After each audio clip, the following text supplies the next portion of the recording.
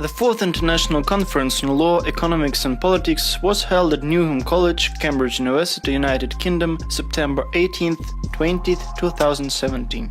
The conference was attended by representatives of higher education institutions and research institutes of India, South Africa, Great Britain, Poland and United Arab Emirates. For the fourth time, the Institute of Research, Learning and Development became the organizer of this conference. FLE Learning ventures to provide common platform for educational institutes, government organizations and private sector to discuss key issues and developments in the area of politics, law, business, economics and social sciences by participating in international academic conferences and seminars.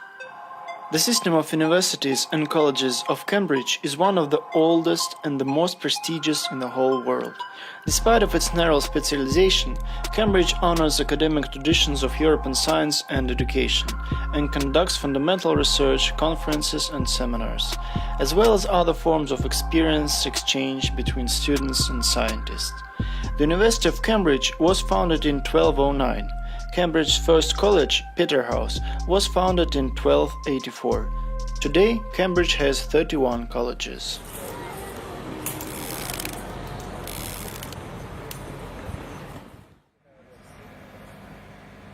The university boasts an impressive list of alumni around the world, including Francis Bacon, Isaac Newton, Alan Alexander Milne, William Thackeray, Stephen Hawking. 88 teachers and graduates of Cambridge were awarded the Nobel Prize. The capital is in China, but the administrative head is in South Africa. So it is a rotatory kind of agreement. Like the president comes from India, then maybe after 3 years it has to move to the other region, other countries. So that is a kind of understanding that is going on among the countries. Thank you very much. Thank you. So I would like to present your certificate. Thank you. We are well aware of the role of banks in nation or economic development. And of course, the debate of how to ensure stability in the banking system is always an ongoing debate. The topic of my research is supervising and restricting the cross-shareholding in Vietnam's banking industry, comparative study of Australia's regulatory framework, and the implications for Vietnam's legal reform. What is cross-shareholding? So cross-shareholding is a situation in which two or more firms and banks cross-own each other's shares for specific purposes. So in its simplest form, the cross-shareholding structure in practice can be much more complicated with the involvement of many corporations in different industries, maybe oil and gas, banking, finance, real estate. Good afternoon.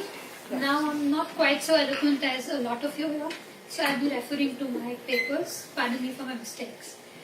Quite similar to the Greek myth, where Sisyphus the king was forced to push a boulder uphill for eternity, the modern-day paraphrasing of the tale would be an ordinary Greek Joe. Despite his futile efforts hoping for a better tomorrow, when the Greek economy lands itself into some new loophole just when you thought it was safe. Greece now has been witnessing an economic crisis trailed by a run on the banks ever since the beginning of 2009, which never in fact really ended.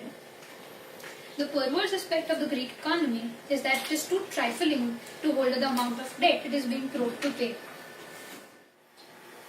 Good morning, everyone.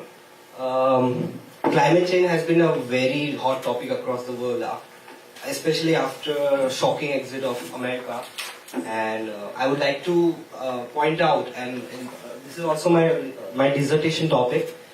So, I would like to point out the problems that the Arctic is facing, and that there is an urgent need for it, for a reasonable solution. The rapid surge of the developing countries and the developing nations has also created environmental challenges, but there is no grappling policy yet seen that could really address this, make a difference in climate change. The topic of my presentation is planetary rent and planetary ethics as the basis of an alternative economic scenario. The Planetary project was presented by Professor Alexander Bezgodov, General Director of Planetary Development Institute, and Dr. Konstantin Barzhev, Director for Research. They presented the paper Planetary Rent and Planetary Ethics as the basis of an alternative economic scenario, which reflected some of the core ideas spelled out in the recently published monograph Planetary Rent as an Instrument for Solving Global Problems, as well as a number of original points from the forthcoming book titled The Origins of Planetary Ethics in the Philosophy of Russian Cosmism. The report described the most negative tendencies of the current stage of historical development. The principal opportunities for solving global problems were revealed. The methods, measures, and tools for solving global issues were presented, alongside with arguments. The foundations and principles of planetary economic policy were also systematized. A special emphasis was placed on the need for a shift in consciousness and reassessment of values that should be considered as fundamental conditions for the implementation of an alternative economic scenario.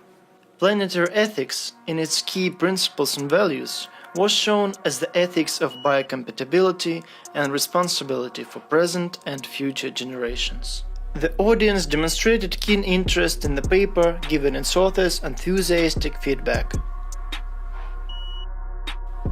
The program of the third day of the conference included 2 excursions, city sightseeing Cambridge bus tour and a boat trip on River Cam, along which the city's educational institutions are located. On behalf of the Planetary Development Institute, we express sincere gratitude to the organizers of the conference and personally to the head of the section Economics and Finance, Dr. Samantha Saintes-Barber, and panel co-chair, Dr. Sanjao Pradhan.